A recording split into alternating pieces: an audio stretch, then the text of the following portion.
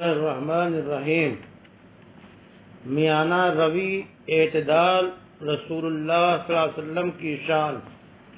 اللہ تعالیٰ نے رسول اللہ صلی اللہ علیہ وسلم کی زندگی کے طریقہ کار کے لیے رہنما خطوط واضح کر دیے، جس میں تمام میں نمایاں میانہ روی و اعتدال پسندی ہے۔ وہ عبادت، معاملات، تعلقات، خرچ بلکہ زندگی کے ہر حصہ میں مطلوب ہے۔ اللہ تعالیٰ نے فرمایا وَكَذَلِكَ جَعَلْنَاكُمْ أُمَّةً وَسَطًا۔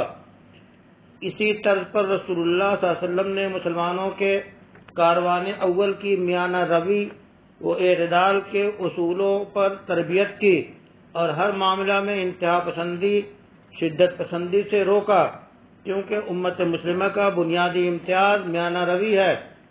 اسی میانہ روی کو رسول اللہ صلی اللہ علیہ وسلم لوگوں میں عام کرتے اور اسی کی دعوت دیتے اور اپنے گھرانے میں بھی اسی کو ترجیحات میں شامل فرماتے، تاکہ گھرانے کی تربیت میانہ روی و اعتدال پسندی کے مطابق ہو سکے۔ رسول اللہ صلی اللہ علیہ وسلم تشریف لائے تو کیا دیکھتے ہیں کہ دوستوں کے درمیان ایک رسی لٹک رہی ہے۔ آپ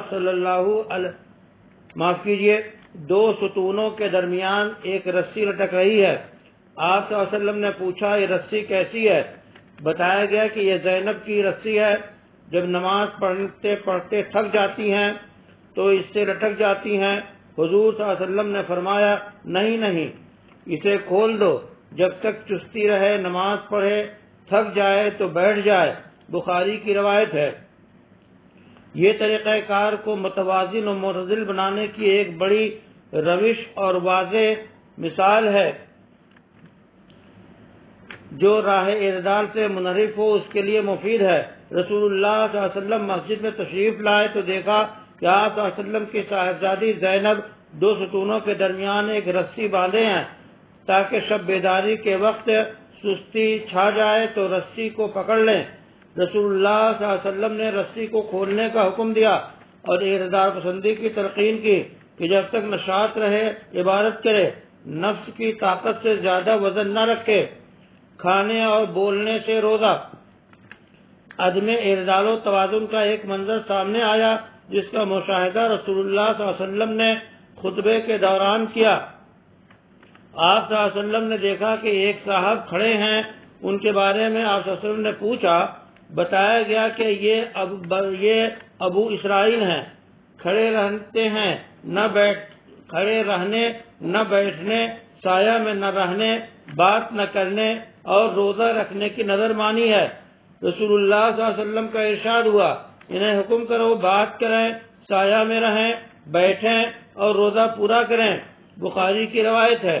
رسول اللہ صلی اللہ علیہ وسلم کی بعثت عبادت کا ذریعہ نفس کو عذاب دینے کے لیے نہیں ہوئی، بلکہ اس طرح کی بے راہ روی سے آپ صلی اللہ علیہ وسلم نے شدت سے منع کیا ہے۔ اللہ نہیں اکتاتے مگر تم ہی اکتا جاتے ہو۔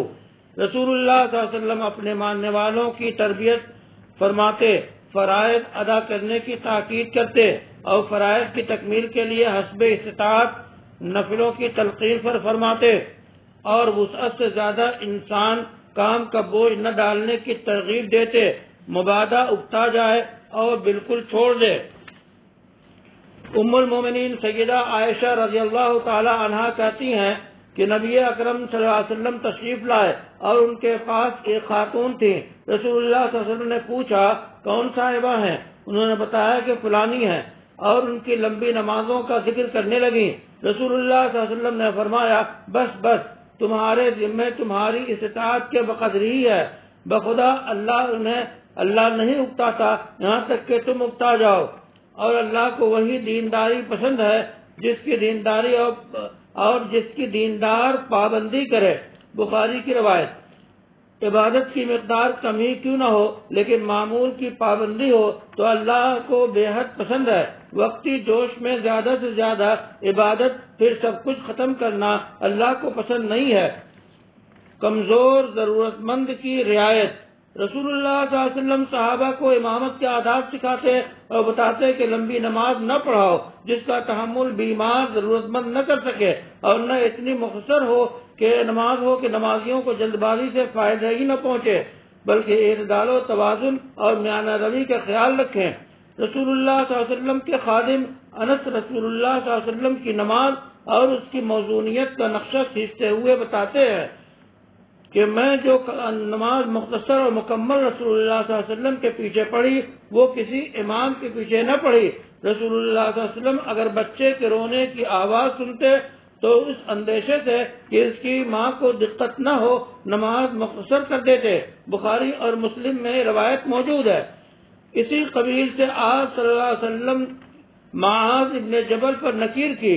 وہ امام تھے اور لمبی نماز پڑھاتے. ایک نمازی نماز توڑ کر تنہا نماز پڑھ کر رسول اللہ صلی اللہ علیہ وسلم کی خدمت میں حاضر ہو گئے اور معاذ رضی اللہ تعالیٰ عنہ کی شکایت کی کہ وہ بہت لمبی نماز پڑھاتے ہیں. جب معاذ آئے تو نبی برحق صلی اللہ علیہ وسلم نے فرمایا معاذ تم لوگوں کو فتنہ میں مبتلا کرتے ہو. تمہاری لمبی نماز کی وجہ سے لوگ نماز کی طرف راغب نہ ہوں گے. پھر آپ صلی اللہ علیہ وسلم نے موزونیت و اعتدال کی تعلیم دی جس میں لوگوں کے حالات کا خیال رکھا جائے. 3 جماعتیں. بعض لوگوں کا خیال ہے کہ عبادت اور معمولات کی شدت پسندی اللہ کو پسند ہے اور دین اس کی دعوت دیتا ہے. پھر وہ اپنی ذات کو تشدد کا نشانہ بناتے ہیں اور دوسروں پر بھی مسلط رہتے ہیں. ایسے لوگ دین کے بتائے ہوئے معتدل و متوازن راستے سے بہت دور ہے. خادم رسول صلی اللہ علیہ وسلم روایت کرتے ہیں کہ 3 جماعت رسول اللہ صلی اللہ علیہ وسلم کے گھرانے حاضر ہوئی. مقصد نبی اکرم صلی اللہ علیہ وسلم کی عبادت کے بارے میں معلومات حاصل کرنا تھی. جب گھر والوں نے بتایا تو ایسا لگا کہ پوچھنے والوں آپ صلی اللہ علیہ وسلم کی عبادت کے مقدار کو کم خیال کیا اور کہنے لگے ہمارا اور آپ صلی اللہ علیہ وسلم کے مقابلے میں کیا شمار. آپ صلی اللہ علیہ وسلم اگلی پچھلی چوک بھی معاف کر دی گئی. ان میں سے ایک نے کہا میں تو پوری رات ہمیشہ نماز میں رہوں گا. دوسرے نے کہا میں ہمیشہ روزہ رکھوں گا. تیسرے نے کہا میں عورتوں سے کنارہ کش رہوں گا, شادی بالکل نہ کروں گا.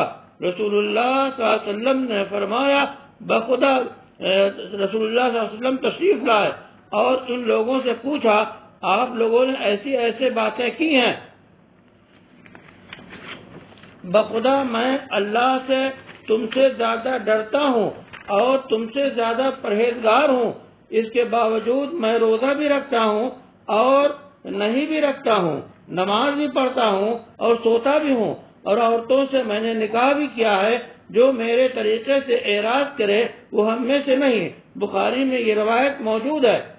ہر نسل اور ہر سماج میں انسانیت کے کچھ نمونے تاریخ دہراتی ہیں. راہ اعتدال سے بھٹک جاتے ہیں اور خود کو سیدھی راہ پر دوسروں کو غلطی پر سمجھتے ہیں. جب راہ اعتدال سے دوری کی مقدار ناپنے کی کسوٹی نہ ہو تو غلو و انتہا اور انجانا پن بڑھتے بڑھتے اس مقام تک پہنچ جاتا ہے جہاں سے اعتدال تک واپسی دشوار ہو جاتی ہے. اسی لیے رسول اللہ صلی اللہ علیہ وسلم کی ذات گرامی اعتدال و غلو میں فرق کی کسوٹی تھی. اسی لیے جب رسول اللہ صلی اللہ علیہ وسلم نے بے اعتدالی کے شکار لوگوں سے جب ملاقات کی تو سب سے پہلی بات یہ فرمائی کہ میں اللہ سے تم سے زیادہ ڈرنے والا ہوں, تاکہ کسی کو یہ گمان نہ ہو کہ وہ زیادہ پرہیزگار ہے اور اللہ سے زیادہ قریب ہے. پھر ان کی اصلاح کی اور سیدھی راہ دکھائی, اعتدال کا معیار بتایا. صلی اللہ علی النبی الکریم وعلی آلہ وازواجہ وصحبہ ومن تبعہم بإحسان الی یوم الدین.